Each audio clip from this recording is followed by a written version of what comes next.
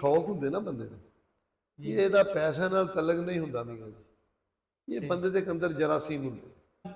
ਅਸੀਂ ਤੁਹਾਡੀ ਵੀਡੀਓ ਵੀ social media ਤੇ ਵੇਖਨੇ ਹਾਂਜੀ ਤੇ ਇਹ ਤੁਹਾਨੂੰ ਸ਼ਾਇਰੋ ਸ਼ਾਇਰੀ ਦਾ ਕਿਵੇਂ ਸ਼ੌਂਕ ਲੱਗਾ ਜੀ?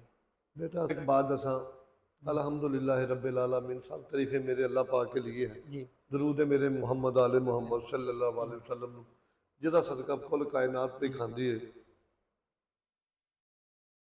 रिज़्क़ अली के बेटे का सरदार सिकंदर खाते हैं, जी अर्शी फरशी नूरी खाकी साहब मस्त कलंदर खाते हैं।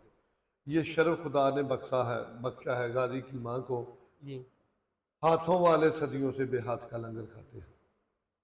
जिहड़ा मेरे आले नबी औलादे अली नाल नफरत करता तो मैं करोड़ वारी उन्हें लांत भेजना तो उन्हें मनण वाला दा मैं नौकर हाँ जी। बेटा बात दसा की आ, ये जो शौक हुंदे ना बंदे नूं, ਇਹਦਾ ਪੈਸਿਆਂ ਨਾਲ ਤਲਕ ਨਹੀਂ ਹੁੰਦਾ ਮੀਆਂ ਜੀ, ਇਹ ਬੰਦੇ ਦੇ ਅੰਦਰ ਜਰਾਸੀਮ ਹੁੰਦੇ।